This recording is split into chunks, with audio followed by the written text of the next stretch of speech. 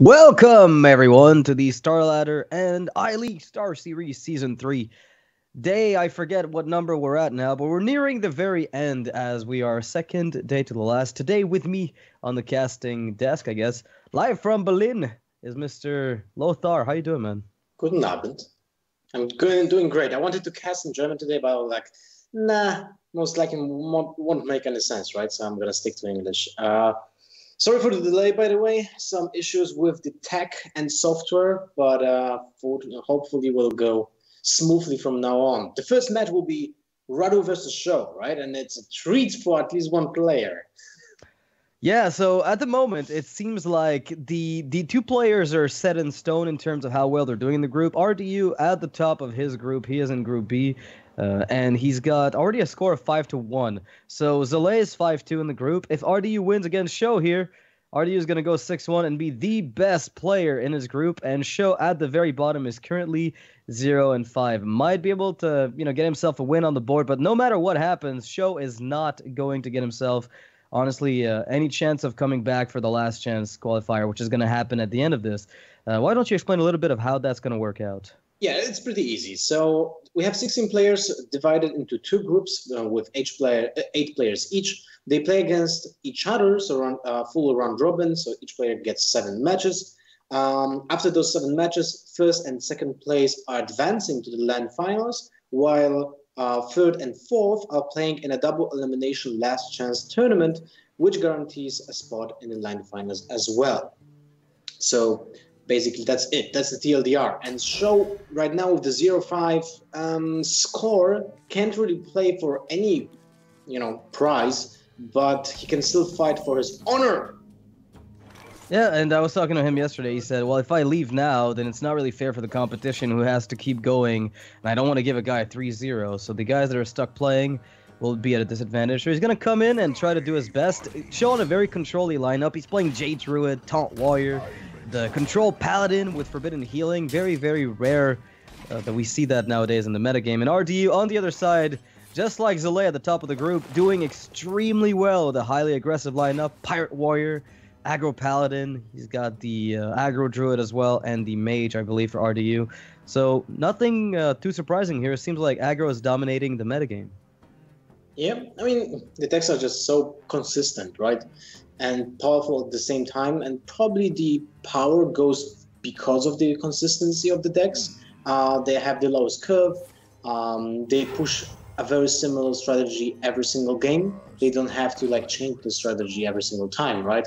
Which can be found in mid-range decks or controllers decks, which have to adapt, maybe not literally, but adapt with the way they are playing each game. And as you can see now, SjoW has a bit of a problem. He faces already 7 HP on the board already. It's just turned free from the warrior. And how do you deal with that as a druid? You can't really deal that damage easily. The easiest way would probably be having a Wrath. With Wrath, he'd be able to kill the South Sea Captain, kill off a pirate, but even then, you're not ahead. You don't have anything on the board. You're not contesting anything they do. So no matter how you spin this, SjoW is kind of on the back foot from here on out, and his mana count's not high enough that he's going to be feeling comfortable at all. Still only at 4 mana going into 5, which means he can't play Behemoth. No swipe to deal with that Frothing Berserker. Pretty much stuck against RDU's Warrior, and I feel like he's going to have to draw that swipe, or going to have to draw that Wrath to do something, but that's no help. Might be able to set up a Nourish into Drake, but I mean... Well, that's a lot of damage. If he goes just for the Nourish and Gram, he's going to get at least, well, with the weapon, actually, well, that's a lot of damage. Yeah, there's really nothing he can do here. He's going to try to set up the Primordial Drake. I really like this play here. Super heads up by SjoW saying, the only way I live in this game anyway, I'm already taking the full damage on the board at 13. If he has 5 damage in hand, then so be it. I'll die. But if he doesn't, then I have a chance of stabilizing because I killed the 2 minions on the board. The Frothing Berserker will be fighting against the Drake. And if there's nothing else, then I can survive. But in this case, there's a weapon. There's an upgrade. And RDU is simply going to be able to go through after the Drake to finish off the Druid with the weapon hit. So nothing SjoW does is going to matter here. You're facing an entire army on turn 5, basically, right? It's obnoxious when you think about it. The Frozen Berserker on its own has more attack than the 8 drop has health. On its own, a free drop, right? The synergy, as you can see, it's like such an easy synergy at the same time because the deck gets the synergy for the Frozen Berserker from the thing that it's already been doing, so dealing damage. So it's the easiest synergy for the deck to actually get. And it's pretty solid, I would say. Easy win for RDU with the first deck. No big surprise there. His lineup is pretty favored against SjoW's entire lineup. I guess the Mage, it's decked with double Volcanic Potion on SjoW's side, can definitely have a chance. But SjoW's just going to keep jamming that Druid. He says, anyway, it's Conquest. I have to win with every single one of my decks. If I can't beat any of his decks with my J-Druid, then anyway, I'm losing the entire series, so it doesn't matter that I just get my highest win rate deck out first. So he's going to go ahead and keep queuing this up. Much better hand this time. No ramp, but has the double innervate, and sometimes tempo is all that matters in these matchups. So wouldn't be surprised to see him just jam that 3-6 on turn 1. Yep. And usually this matchup goes in favor of the Murlocs, because what they do is just they go wide on board with high health totals, which is problematic for the Druid to deal with. And the only way of the Druid making a comeback is just by having a board already before the Murlocs getting a turn to attack. And Druid can enable that by just having double innervates or just one innervate, an aggressive ramp, basically. That's what it is all about. And in this situation, it's gonna work out, but for how long? That's the question. Right, because having double innervate it seems on paper like, hey, innervate's a really good card, but when you have 2 of them, it actually decreases your consistency during the course of the game, because suddenly, unless you have ramp on the back of it, you're going to be slow for the entirety of the game. So you get that massive burst super early, but if you're double innervating one card, you have 1 chance at a tempo swing, and that means that you're going to be extremely far behind if the opponent gets any sort of tempo back on you after that. In this case, SjoW's going to try to keep that guy alive as much as he can. He says, at 5 health, I'm good to go. I'm weak to coin True Silver. I'm weak to coin Kings. But I have no choice. And if he's got it, then I just have to give it to him. And, yeah. In this case, RDU's got the deck to beat this. And his draw is actually pretty nutty when you think about it. He has a True Silver to follow up, or just a War Eater to follow up. And then he finishes up on the turn 5 with Finja, which is nuts when you think about it. This is so much damage or board control at the same time. Oh man, it's not looking good for the Druid at all. Especially with the Finja and then being played with the War Eater and maybe even with that Hunter in hand already. That is pretty huge. Yeah, and SjoW now is going to be forced to just try to play reactively, but he knows that he's going to be on the back foot for the entire game. There's really nothing he can do. I guess best case scenario, your opponent on the following turn just has like Hero Power, Valfin Inquisitor, Hero Power, and you hope you get a turn to set up like the counter Megasaur. But yeah, but it's yeah. when just Finja just drops like that, and he has a follow up with the minions to back it up with higher attack value, you will have a hard time. Even with that Aya rip. Yes. Yeah, he ripped the one card that gave him a fighting chance, I think. I was looking at the Behemoth like, okay, this is good, but it dies to Finja on board with the True Silver hit.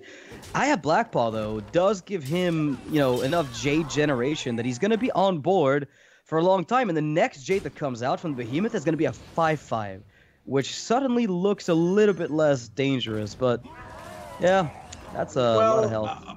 I would say with that Cold Seer and a 4/4 Murloc just charging into one of those golems, this is not looking great. Like, the Finja is the target.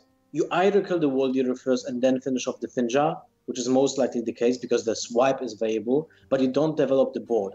And your opponent will still have Murlocs on the board. So how do you deal with a Megazord that can be played, or just another pair of Murlocs, right? The Paladin still has time to develop something new on the board, and that's definitely problematic for SjoW. Yeah, the upside though is that he got himself a really sweet turn where he's able to keep that Golakka Crawler around for some trading potential if he picks up another piece of removal. So extremely good sequencing here by SjoW, trying to not play into RDU's board development. You know, he could have played Jade Blossom, gotten himself an extra minion, but the drawback with that play, even though it seemed amazing on paper, is that you're giving the Paladin more stuff on board after that, which is a bit sketchy. And now we see the Jade Behemoth with the Wrath can start cleaning up these Murlocs without Megasaur or second War Leader. This board is not going to get much bigger. There's the threat of Spiker's Steed at any moment, though. Yeah, Spiker's Steed might get out of the hand pretty quickly.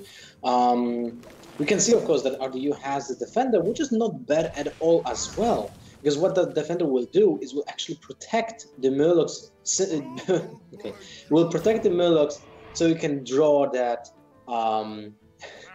that Megazord. Doesn't really matter because with just getting another Tyrion into the hand, you'll get a lot of value already. With 22 health available, Paladin can also swing that sword just for board control, and it's not looking great for sure. This is just...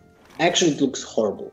Yeah, I think he's pretty much out of options here. He's got nothing but a Jade Blossom, which doesn't do anything. A 6/6 against this board leads nowhere. SjoW nodding, realizing, yeah, never mind. I mean, I can't beat double War Leader, one from Fincha, run from the hand, double Rockpool Hunter, get the double Cold Lights here, all the health buffs. These Murlocs just got every supporting card they needed to snowball out of control. And you saw here just how resilient they were, despite the fact that SjoW had decent board presence from turn 2 with the double Innervate onwards with the swipe and route. At the same time, the double Innervate is actually a curse because you feel like so powerful when you do that. At the same time, it might actually cost you the game because the other option was to to Innervate Jade Spirit and wait the one turn to Innervate the Behemoth a turn after. So he was lacking one turn in between, but maybe that possibility of innervating 2 minions instead of 1 just faster, maybe that was a better choice. That's a good point. Now SjoW is going to be looking at the double Galaka Crawler in the matchup. Not something you'd expect to have much value, but since you have the second one, by playing it here, number 1, you're contesting that Raven on paper, and number 2, maybe the opponent will be more, readily playing that Bloodsail Corsair of his, because you can eat that up and get yourself a semi-decent tempo swing. And now we've got the Innervate in hand for SjoW. Extremely powerful card if he's able to get the Primordial Drake out early, or even just Aya Blackpaw. The thing with Aya Blackpaw is she's so weak, but she's kind of a weak card, right? Your Jades are bad right now. So yeah, they are bad, but at the same time, your opponent is kind of like thinking, should I trade? No, probably not. Then you will get some value. If you can get 2 minions clears out of the Aya, even with those only 3 HP, that's still worth it. Look at that, the second Galaka Crawler was just played. Man, that sucks so much. I mean, you can't wait in that spot. You're trying to get value on that Raven, trying to get the kill on it, or even establish some form of board presence. In this case, RDU is just going to do whatever he wants. SjoW is going to have to pick up a swipe to even come close to answering this, but then he might stabilize, and that's the card I think he needed to not have to innervate out Aya Blackpaw. Right? That's what we talked about. He needs to buy himself time to maybe get that Drake out instead of Aya, and this helps him out. But the fledgling, the vicious fledgling is something that you can't really ignore, and now SjoW doesn't have an answer to it.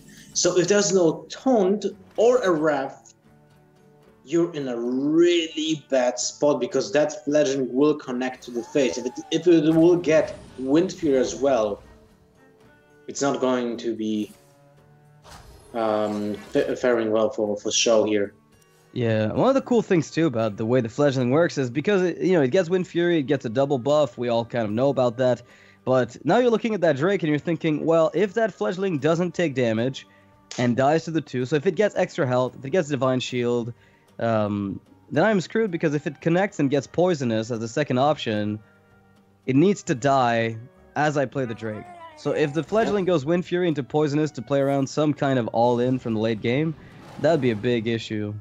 I like the attack with the fledgling first, because you can see the options of the adapt. There's Windfury. He picked it up and SjoW with the thumbs up. What is the second adapt? +3 attack. Stealth is not bad. Can be targeted by his spells and hero powers is also pretty nice. I like stealth a lot when I'm looking at this fledgling. A Windfury guy with stealth that connects and busts itself the more you play it, I'm down for that. Count me in. I mean, that's insane.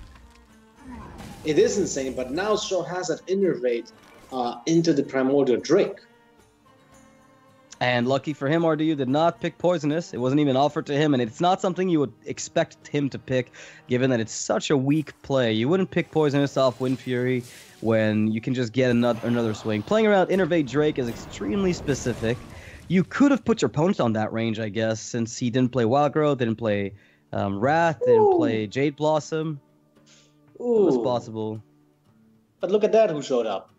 Living Mana. It's a good card. Right after Primordial Drake. It's a good card. You know what? SjoW has an insane play. He will just innervate that Primordial Drake and just stop that fledgling in its track. But you know what? There's one really bad play that comes after it when you play a Primordial Drake, and that's Living Mana. Holy Feels bad, man. What are we looking for at this point? I feel like we're just developing on the board the most we can, trying to clean up that fledgling. That thing has to die, so do we ever... attack into it. Yeah, there's no question. And even if he can't really kill any of those treants, he could because giving access to an additional mana for RDU gives him the possibility of just even maybe hero powering, playing Mark of the Wild, playing a 2-drop instead of a 1-drop. It's pretty important, actually. You can't really kill that treant this turn. Yeah, so right now, based on what we're looking at, SjoW is going to be on 1 health at the end of the turn with RDU, because RDU can go ahead and ping this Drake twice with the treants, through 3 treants, that is, and if he picks up Mark of the Lotus, that would be GG. So SjoW, luckily, does not run into that Mark of the Lotus, which would have simply killed him, and he's going to have an extra turn, and that might be just enough to stabilize. It might be just enough to stay alive here. It's looking like he could live. And I mean, if he lives after this and there's no Savage Roar, he's just dead to Mark of the Wild right now, isn't he? Well, Power of the Wild is GG, right? Well, he has 4 HP, right? So Power of the Wild and Hero Power, that's 4. Yeah. SjoW was thinking, maybe I can stabilize. Maybe there's no more damage in that hand. But he's going to run into the exact answer. Well, that was a quick match, I would say. We did make up for the fact that we started a little bit later than planned. Thank you, RDU. We're sticking to the plan, though, right now. So 3-0 for RDU. His lineup works really well. 6-1 in the group. How crazy is that? He's the only player, I think, who actually made that score. Let me check. Yeah, so far. Zele is the closest one with 5-2. Zele did get the most awful aggro hands of every player in the event so far that I think we've seen. But it's just a testament to how good aggro is that these two players have been, regardless of one player's bad luck in some spots, they're still making it to the top of their group, and they're going to be advancing to the following stage. SjoW right now is still 0 victories on the board, has not been able to lock down a single match so far against any opponents, which means that the lineup may not have been a perfect one to prepare for what the metagame was coming with. I think the deck list might be a bit outdated. They're targeting decks that simply didn't show up to the event. That being said, we'll be taking an extremely short break. It's going to be about 4 minutes before we move on to the next one. It's going to be extremely quick. Don't go anywhere, guys. We'll be right back.